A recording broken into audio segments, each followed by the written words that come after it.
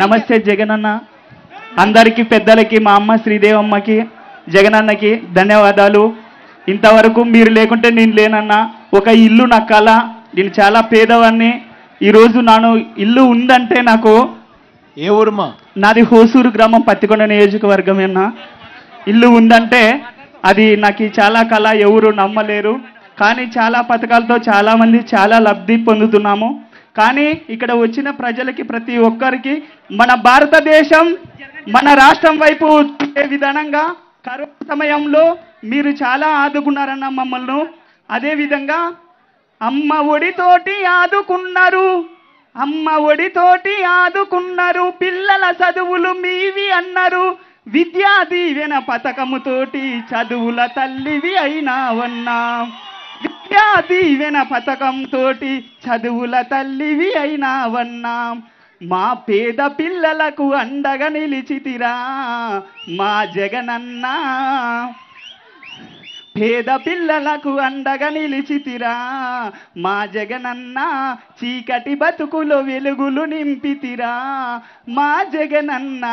అదేవిధంగా మళ్ళీ నువ్వే రావాలి అన్నా, మా అమ్మే రావాలి, అటు పొద్దు ఇటు పొడిచినా మా జగనన్న, అటు పొద్దు ఇటు పొడిచినా జగనన్న, మళ్ళీ నువ్వే రావాలన్నా, ఆరన్నది నూరయ్యినా మా శ్రీదేవమ్మ, ప్రతిపక్షం మనకుండాదే.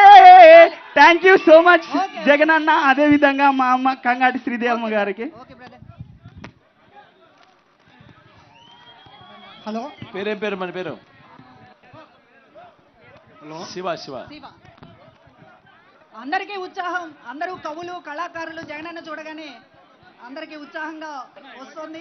ఇంకా ఒకళ్ళిద్దరు నమస్తేనా నమస్తేనా ఎదురుగా ఈ రెండు గ్రామాలకు సంబంధించిన మాట్లాడేటబ్బా. రాతనన్నా నా పేరు సురేష్ అన్న. అక్కడ మాట్లాడొద్దండి, అక్కడ మాట్లాడొద్దు ప్లీజ్.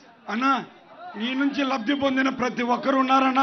లబ్ధి పొందలేరన్న మనిషే లేడు నీ ప్రభుత్వంలో. హలో అన్నా, లబ్ధి పొందని మనిషే లేడు.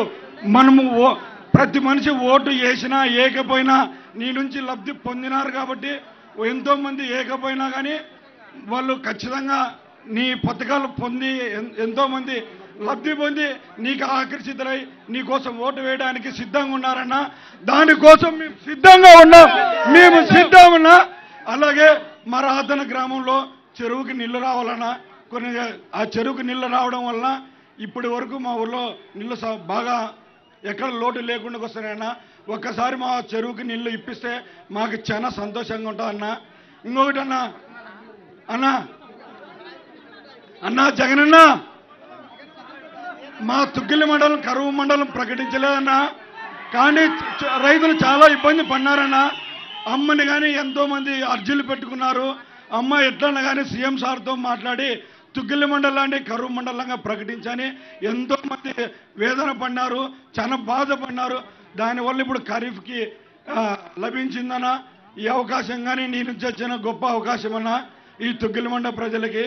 అలాగే అన్నా 2024 మీరు సీఎం మాకు కావాలన్నా. కాకపోతే మా లాంటి యువకులు చాలా ఇబ్బంది పడిపోతామన్నా. వేరే ప్రభుత్వాలు వస్తే మా లాంటి యువకులు చాలా ఇబ్బంది పడిపోతామన్నా. కాబట్టి నువ్వు ఎట్టి పరిస్థితుల్లో మాకు కావాలి. నీ కోసం ఏమిటికైనా మేము సిద్ధంగా ఉన్నాము. ఏ ప్రాణాలు ఇవ్వడానికైనా నీ కోసం సిద్ధంగా ఉన్నామన్నా. Thank you Suresh. అందరూ కూర్చోవాలబ్బా. అందరూ అంత కూర్చోండి. అంతా కూర్చుంటే వెనకాల వాళ్ళకు కొంత కనపడుతుంది. కూర్చోండి ప్లీజ్.